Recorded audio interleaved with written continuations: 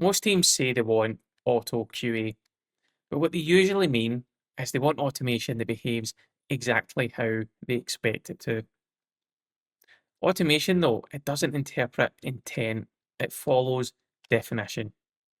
Hi, I'm Chris from evaluagent, and in this video, we're going to take a look at both text analytics and generative AI and how each one behaves depending on how precisely you define the behavior that you're measuring. We'll move from building automated line items through to testing and refinement. If you're looking for something specific, the timestamps below will help you jump straight to that section that matters most to you. When automation feels inconsistent, it's rarely random. It's usually revealing something about how the behavior was defined. So let's get into it. This is a scorecard. This is actually an automated scorecard. We know this because there is details in relation to query terms and a smart score analysis. And when we think about improving quality, we tend to jump straight to scorecards. But in an automated world, the scorecards are not the building blocks of QA. The real building blocks are these guys here. It's the automated line items, because this is where we're asking the system to score something for us consistently and at scale. And when we're writing an auto line item, the key question is, can it be scored using the transcript alone? If the answer is yes, then it's a great candidate for automation. But if the line item depends on what happened in another system, like a back office process or something not visible in the transcript, then that's usually a sign that the line item needs human judgment or a different approach. Now, once we're clear on what we can automate, the next decision is how we automate it. There's two ways to automate line items in evaluagent: text analytics and Gen AI or generative AI. Text analytics, that works best when you know exactly what you're looking for. So specific phrases, mandatory statements, or mentions of competitors as an example. It's essentially answering the question, was a particular thing said? Yes, no, or pass fail. GenAI comes into play when the question isn't binary. It's answering questions like how well something was handled. So if the question that you're scoring has a clear objective answer, text analytics usually fits. But if the question needs judgment, GenAI is more suited to that. And to build a strong auto QA program, don't just pick one approach, pick the right approach for each of your line items. So let's build a text analytic line item together. So I'm coming to the command palette and I'm going to go to the manage topics area. This is where you build in all of your automated line items and insight topics. They're all contained within the one place. So let's create a new topic and then we choose the technology. So I'm going to choose text analytics and it's a line item that we're looking to create. So the top element of the page here, this is for humans. This is so that we can identify the line item later on. So let's create a line item where we are looking to check if the agent properly identified the customer ID and V. So our line item is that the agent confirm identity of the customer. And we can add in our description in there. So we could say line item to verify ID and V. Now, next we need to add in a theme here. Now, the theme for your automatic line items isn't important. It is more related to insight topics. We still need to select one though. This is something that we'll probably take away very soon. But for now, we need to select one. But it doesn't matter which, so don't worry too much about that. As we come down to the second part, this is where we add in whatever keywords and phrases are. Two ways that you can do this. We can upload our query terms by CSV, and they will all be added in automatically, or we can add them in manually. So let's add in, for our agent to confirm the identity of the customer, we want them to confirm the customer's name, their address, and their reference number or policy number. So we will say name, address, and reference number. Actually, let's make it policy number. Policy number. There we go. We'll add these in here. Now there is two options. We can add this entire line as one query. So if our query term does contain commas, we would want to use this option here. But we want to add these in as individual query terms. So we can select to drop those in separated by a comma. So they drop in like below. And if we were to upload using a CSV, this would look exactly the same way. All of our query terms would just drop in like we see here.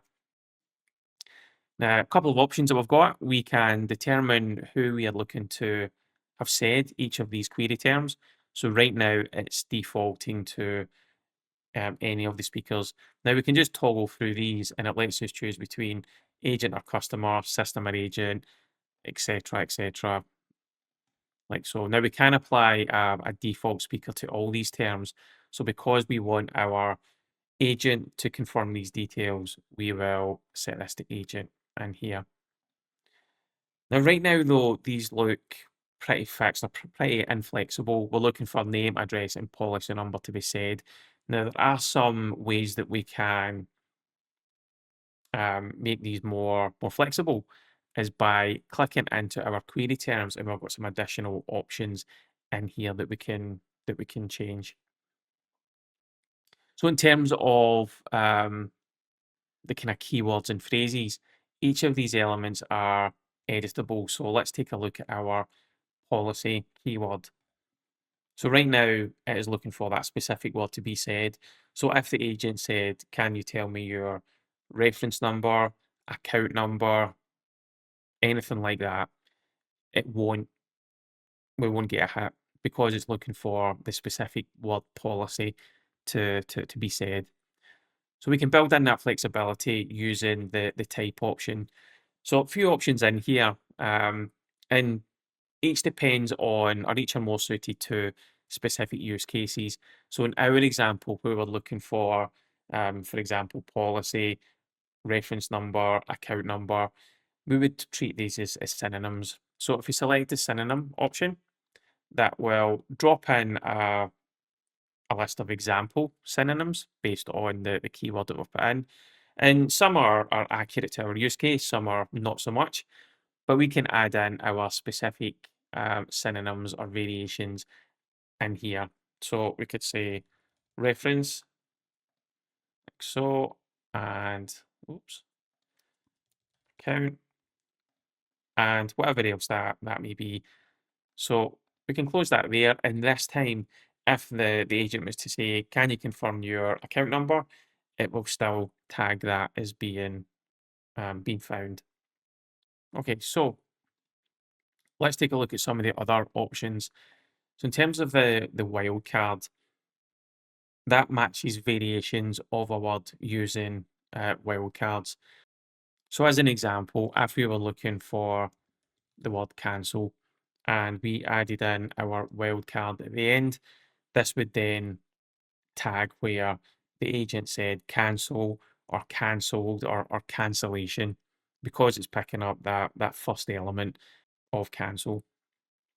Another example, if it was refund and we put that wildcard in there, it would tag refund, refunded, refunding, things like that. You just need to be careful when you're using wildcards that you're not overly broad, because that can then catch unintended words. So use sparingly, and testing is the key thing here when you're using wildcards. Now we can also use fuzzy matching as well. So fuzzy matching, that matches words that are similar to the target item. So the ideal time to use this is where there's maybe competitor names being mentioned, product names that have got common misspellings. Now we can control that using something called the Levenstein distance. A Levenstein distance of 1 means two pieces of text can differ only by one single character change. So either there's a new character going in, one being taken away, or a replacement character, and that would still be considered a match. So the higher that distance, the fuzzier your match is going to be. But be careful by setting this too high, because that can then introduce false positives. It's best used for nouns as well, not phrases. We've also got phonetic. So that's matching words that sound the same. So useful when working with voice transcripts, where you're hearing product or brand names, or there's technical terms that's being spoken aloud. And things to keep in mind for this is that it's best for single words, not complex phrases.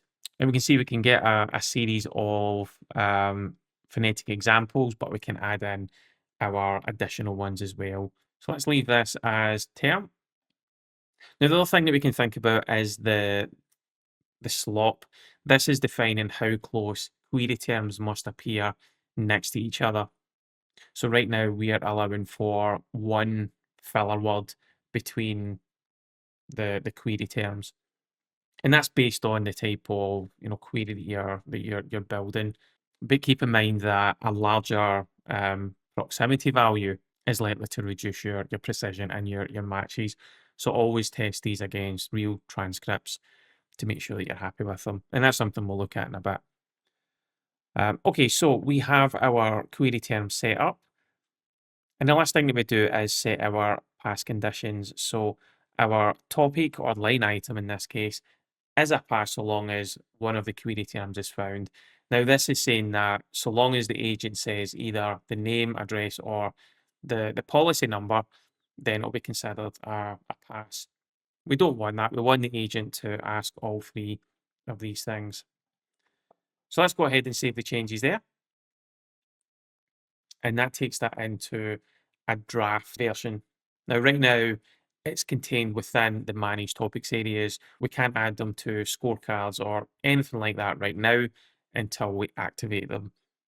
But we want to obviously test these first before we release it into the wild. But let's take a look at GenAI for now. We'll hit new topic, come into GenAI and select our line item.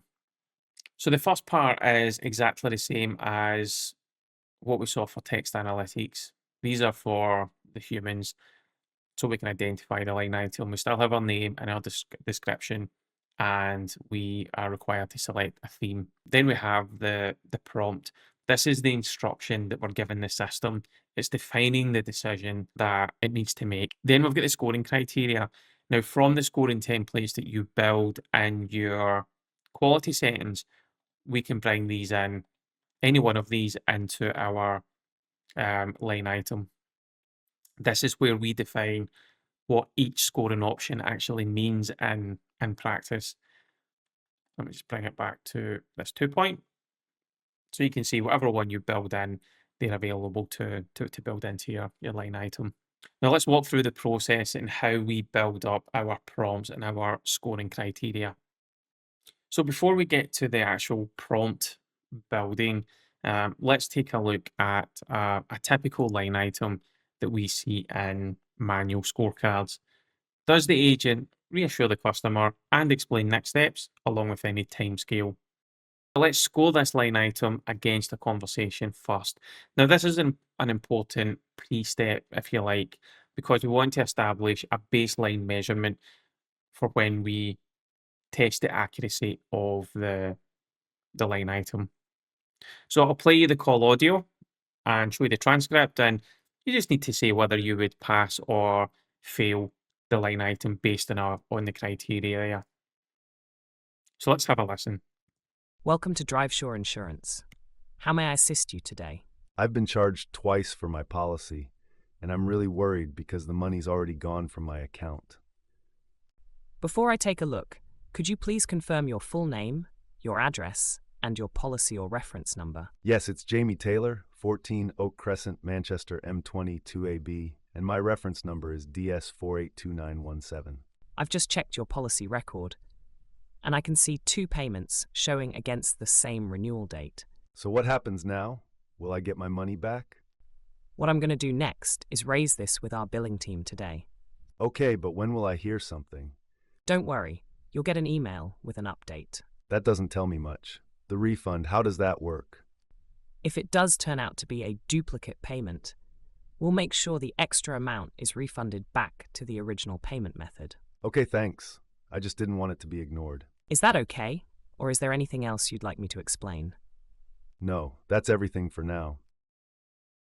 So, how did you score? Let's take a look through the conversation. So, we start off, customer tells us that they've been charged twice for a policy. ID and V is confirmed. And the agent confirms there are indeed 2 payments. So, naturally, the customer asks, what happens now? Will I get my money back? And the agent tells us that they're going to raise it with the billing team. Customer wants to know, when will I hear something? And the agent responds with, don't worry, you'll get an email with an update. Now, in this context, that's not quite appropriate because the customer naturally responds with, well, that's not telling me much. But the agent is responding to the question with a dismissive statement. And it's a directive statement as well, telling the customer not to worry. And we know that with the customer response, that didn't really provide any reassurance at all. Certainly no timescales or anything like that. Customer wants to know how the refund will work, and we get a conditional outcome statement. If it does turn out to be a duplicate, you'll get it refunded, which ordinarily isn't a bad thing to say. But when we look at the context of the rest of the conversation, that's not providing any reassurance. And again, we've got no timescales, and it's conditional as well. This whole thing seems like a palm off, frankly. Customer doesn't want to be ignored, and there's no acknowledgement of that. Agent asks, is that okay, or is there anything else you'd like me to explain? And the customer tells us, no, that's everything for now. But they will be back. There's like that can be guaranteed. But yeah, so in this case, that line item could be considered a pass. There was no reassurance, there was no explanation, clear explanation of next steps or timescales. So let's look at how we can automate this line item using GenAI. And to do this, we'll follow a specific process to build the prompt. Now, this is a straightforward and repeatable process that helps you develop your prompt and your guidelines. So let's follow that, follow these steps. Number 1 being define a single observable behavior. So we've got our line item. And at this point, we're not talking about the prompt or the guidelines. It's just the behavior itself. Now, to help us here, we can use a simple structure. The agent does X when Y happens. Now, taking our line item here, seems straightforward. Let's give it a bash. So the agent reassures the customer that their inquiry will be resolved and clearly explains next steps with specific timescales when the customer has an issue. So what do you make of that? Well, the first issue is we're actually breaking our first rule with our line item. It's not a single observable behavior. We're stacking 3 actions here into the one line item. Does the agent reassure the customer and explain next steps along with any relevant timescales? So that's going to confuse the model. So in practice, what we would need to do is separate these out into 3 individual line items. So let's focus on one of them. Does the agent reassure the customer? Now, the second issue here is in our statement. When we talk about resolved, that's an outcome-based statement. It's a future state, and the model is not going to know that. Now, the third issue is reassures is underspecified. I mean, it could mean tone, it could mean wording, intent, or outcome. Without anchoring it to what's actually said, then the model has to infer emotion, and that's when we can get drift. And the fourth issue is that the condition here is too broad. Now, when we talk about the customer having an issue, then it sounds clean to us, clean and clear. But in practice, it's vague. So the model won't know when this should apply. So let's rework it. And because we are now meeting our first rule, defining a single observable behavior, this should be much easier. The agent reassures the customer when the customer expresses worry or concern. Now, for this, we've got a single behavior, we've got a clear trigger, and that's telling the model exactly when it applies and when it doesn't. And the wording here naturally produces examples. So phrases like, I can understand why that's worrying, I can appreciate that this is confusing, I'm sorry, I know that this is stressful. The worry or concern there is clear. So step 2 is where we specify exactly what counts as evidence in a transcript. And this step exists to stop us from writing vague prompts.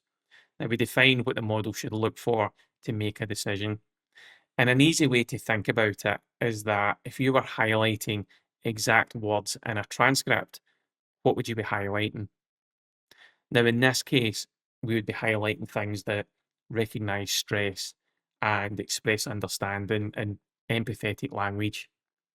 And we know from the call that we scored earlier, procedural or transactional statements on their own don't count as reassurance. So let's get that down. Reassurance is demonstrated through explicit acknowledgement or validation of the customer's worry or concern. Now, this can include the things that we highlighted, recognizing stress, expressing understanding, etc. And procedural or transactional statements on their own don't count as reassurance. Now, we use the word explicit here because language models follow instructions literally. So anything left implicit gets guessed, and that's how we can end up with false positives. Step 3, we write the prompt. We've made it. Now, because we've carried out these previous steps, this makes the prompt and the scoring guidelines much clearer because we've followed that journey to get here. Now, with the prompt, this is where we tell the model to evaluate or assess the behavior that we want to measure. So our prompt is evaluate whether the agent reassures the customer when the customer expresses worry or concern. Next step, step 4, we align the scoring criteria directly to what the prompt asks for. Now, in this example, we're using pass and fail just because it's the simplest way to explain the mechanics. So for our pass, again, because we followed these previous steps, it makes it much clearer to identify our pass criteria. So we mark pass if the agent explicitly, again, we're using that word, acknowledges or validates the customer's worry using empathetic or supportive language. For our fail, well, we would mark it fail if the agent responds with procedural, transactional, or factual information without acknowledging the customer's concern. Now, additionally, thinking back to the call that we scored earlier, when the agent responded with, don't worry, you'll get an email, that was dismissive and directive language, which, on its own, as we saw, that wouldn't be considered reassurance. So let's build that into our fail criteria. So also mark fail if the agent uses directive or dismissive language, such as don't worry, so we can drop in that example, without validating the concern.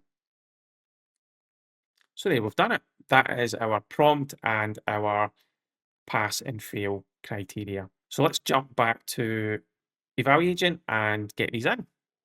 Okay, so our line item, does the agent reassure, that doesn't have it right, reassure the customer. We add in a description, measuring whether the agent provides reassurance when the customer expresses worry or concern. There we go.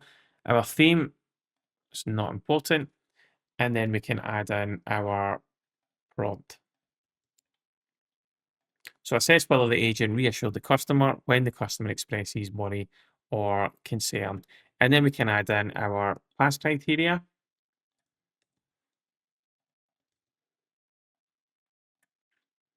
And I like to use the format options because it just makes it look cleaner. And it's easier to then iterate over should we need to when we test. So add in our fail criteria, like so. Now we can also add in a non-applicable option.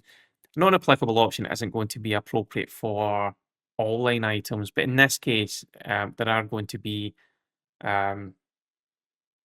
conditions where reassurance isn't needed.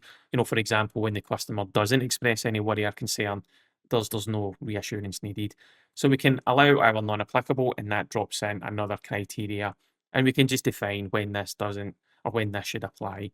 So we would say mark non-applicable if the customer does not express any worry or concern. We can hit save changes, and that will drop our line item into the topic list as a draft. So at this point, we have built two types of automated line items. We've got a text analytic one and a GenAI line item. Now, the next step is not to add these straight into a scorecard. The next step is to get comfortable with how they actually behave. So that means testing them. To test our line items, we use the testing console. Now we can come into the testing console directly from the command palette and then add our test elements, or, and I prefer this way, we can drop our line item down and we have a little burger menu and we want to test this line item. So what this does is take us straight into the testing console, and it already brings in our line item for us to test. We can add up to 3 line items per test. So let's bring in our second line item. So we've got the 2 that we've just created, and then we test these against test lists. So we'll use a sample here. Now there's only 3 conversations in here, and these are variations of the conversation that we scored earlier. Now, just for the interest of making things easier to see, I have added the expected result for the GenAI line item into the contact reference here. Now, when you build your test list, I would definitely recommend that you build your test list around whether you expect your line item to pass or fail.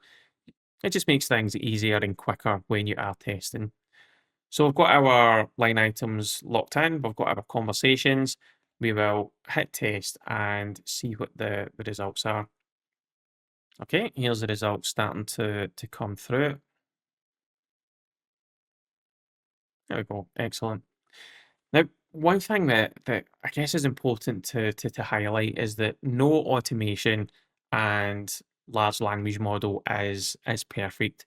What it is important to do is understand what your line items do consistently. So this is how you can learn if your line item behaves as you expect. So let's take away our GenAI result just now. That's this one. So let's just remove that. And let's check out the results. Now, this is our text analytic line item. Much easier to judge the results. We can hit view, and it will tell us whether the query terms or the keywords and phrases were found. So in this case, we've got 2 out of 3. And because it hasn't met all 3 of them, it would then score this line item as a fail. So we can click in here and we can see, yep, we've got, please confirm your name and your address. So we've got those matches in there, but has not found the policy number being asked for. So it's a fail. So fair enough. We can hit next in here, and that will take us to the next conversation where we can see the customer has been asked to confirm their full name, address, and policy or reference number. So we can see we've got those hits in there, and it has found reference number as well. So the synonym that we added in earlier, that's what's given us the hit. Now, actually, one thing that's worth highlighting, now remember we added in policy as well.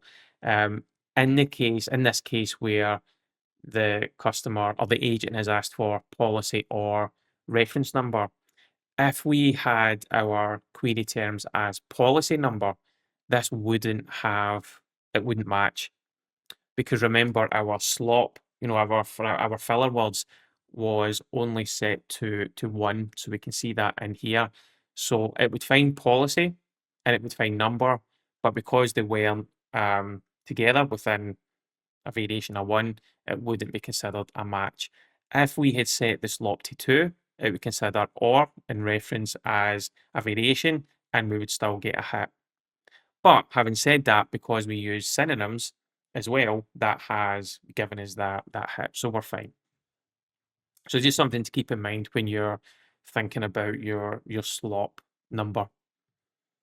Slop, such an interesting word. So okay, we have our text analytics, we're fine. Let's bring back our GenAI line item. Did I click that? There we go. Let me remove the text analytic one. So this is where the results that we see in the testing console are really important. So I've added the expected result in here because I know what these conversations are. And we have a pass. So I've got a false positive here based on this. We've got a good result here and a good result for the third one. So let's take a look at the correct pass. So when you test your GenAI line items, you get the result. You get the opinion of the AI as to why it scored it the way that it has. We get an example of what would be shown in the scorecard as ways that the agent can improve. Then we see the extracts from the transcript that gave weight to the AI's decision.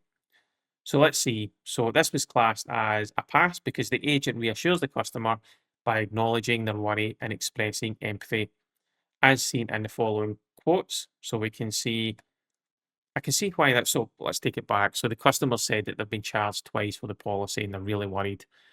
The agent responds, I can see why that'd be worrying. I'm sorry about that. Sounds good. Then as we go through the conversation, we can see at the end of the conversation, it's completely understandable. I've logged this now and you don't need to take any further action. We'll keep you updated.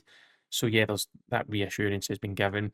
Now, additionally, and it's not been highlighted in the transcript, but we can see that that timescale has already been given. They'll review the email and you'll get an update within 48 hours. So based on what the agent has said here and the customer's responses, there's reassurance there. So yeah, that's correct. Let's take a look at the fail. So this time we've got the fail, and the opinion is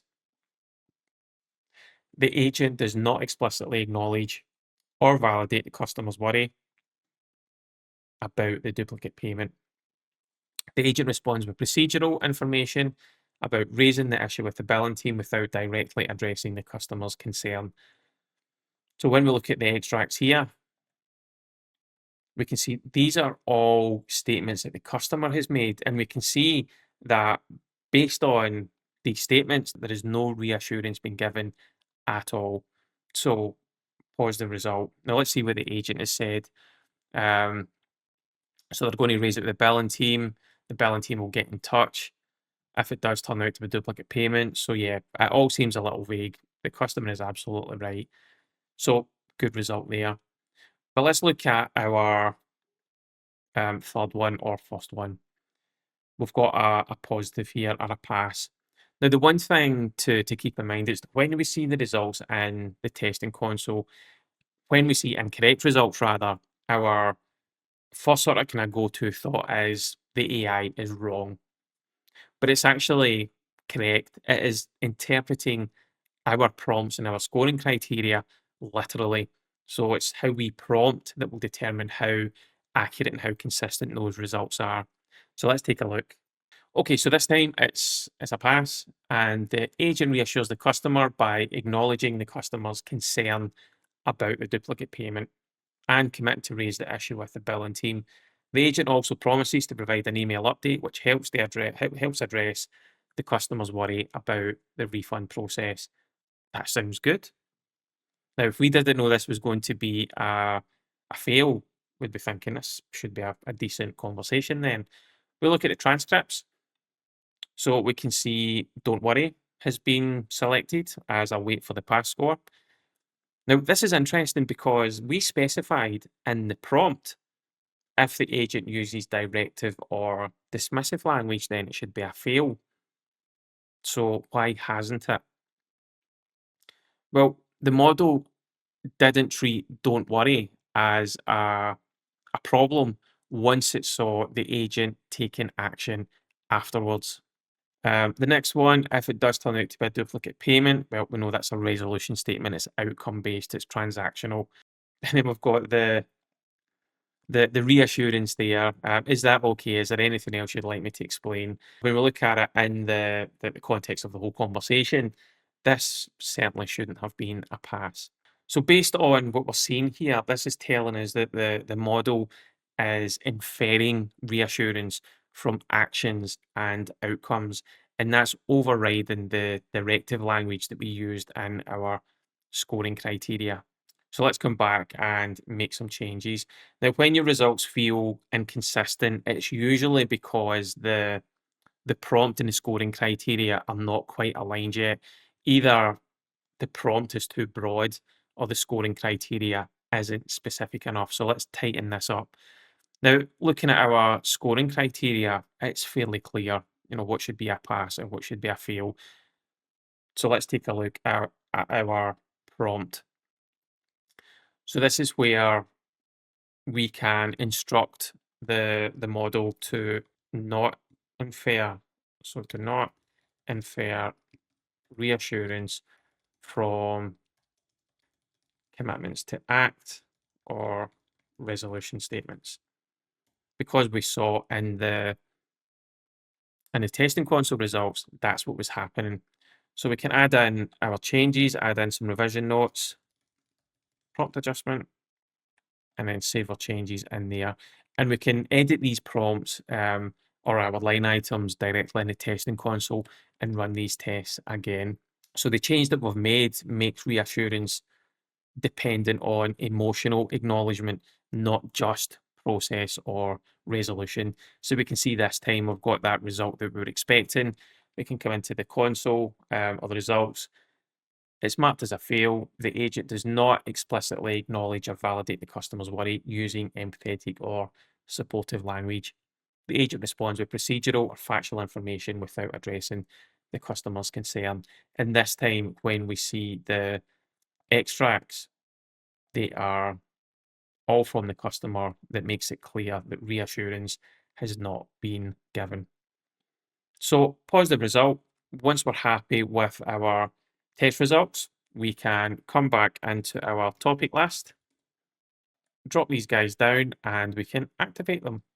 So now that we've got our active line items, we can then go ahead and add them into our scorecards. So here's one I prepared earlier. I can come into the scorecard and add in our line item. And there's two tabs that I can add that I can use to add in or create a line item. We can create a manual line item. So we've got the little tab here, but we want to bring in the line items that we have just created. So we can come to automated. We can drop down our topic, and that will show us the line items that we've created, separated by the type as well.